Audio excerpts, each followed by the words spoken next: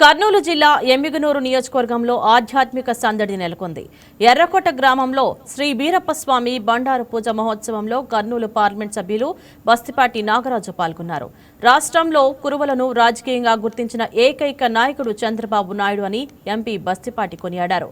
కూటమి ప్రభుత్వం కురువ సామాజిక వర్గ ఆర్థిక రాజకీయ ఎదుగుదలకు కట్టుబడి ఉందని స్పష్టం చేశారు. కురువలందరూ ఐక్యంగా ఉండి రాజకీయంగా శక్తివంతులుగా ఎదగాలని ఆయన పిలుపునిచ్చారు.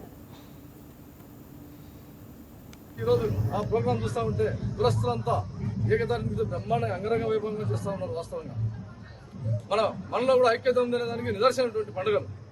అందులో భాగంగా నేను చెప్పేది ఏమంటే, మనకు ఎంపీ సీటు గౌరవ ముఖ్యమంత్రి వర్యులు ఒకసారి ఇస్తే మనం ఏ విధంగా అయితే గెలిచి చూపించామో రాబోయే రోజుల్లో ఇంకా మెరుగ్గా మనం ఎమ్మెల్యే స్థానాలు కానీ ఇంకా స్థానాలు సాధించుకొని మన కులాన్ని చైతన్యపరచుకోవాలి. మన కులం వెనకబడింది అనకుండా మన కులంలో, ఎందుకంటే మనకు ఏ పార్టీ అయితే మనకు అండగా ఉంటుందో, మనకు ఏ పార్టీ అయితే మనల్ని గుర్తించిందో ఆ పార్టీ వెంట ఉండాలి మనం ఖచ్చితంగా. ఎందుకంటే మన సమస్యలు చాలా ఉన్నాయి, కురవ కులస్తుల యొక్క సమస్యలు చాలా ఉన్నాయి. మొన్నటి రోజున అంటే దాదాపు 3 నెలల క్రితం కళ్యాణదుర్గంలో పెద్ద ప్రోగ్రాం జరిగింది మన కురవ కులస్తులు. మీరు ఈ విధంగా ప్రోగ్రాం ఎట్లా చేశారో అంతగా మించి చేశారు.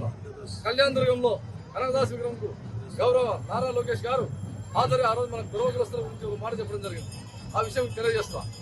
కురవ కులస్తులందరికీ ఒక కురవోనిగా మీ ముందు నడిపిస్తాం మళ్ళీ అని చెప్పేసి నారా లోకేష్ గారు మాట ఇవ్వడం జరిగింది.